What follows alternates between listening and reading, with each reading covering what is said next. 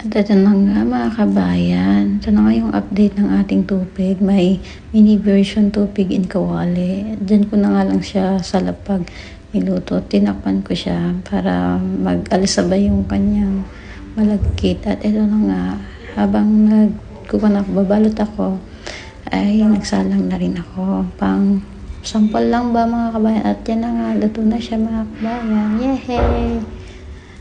At mga kabayan, alam ko matutuwa dito yung nagpagawa sa akin, hindi na siya magsisimangot at di niya na ako paglilihian. At yun na nga, habang nagluluto din ako, nagbabalo, tinikman ko siya mga kabayan. Oh yun, ang sarap nga mga kabayan. Kala ko hindi ko siya makukuha. Yun, perfect, nakuha ko.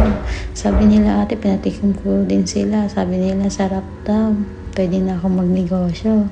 Pwede na kami umuwi sa Pinas at magpatayo ng aming restaurant. Yun nga lang po.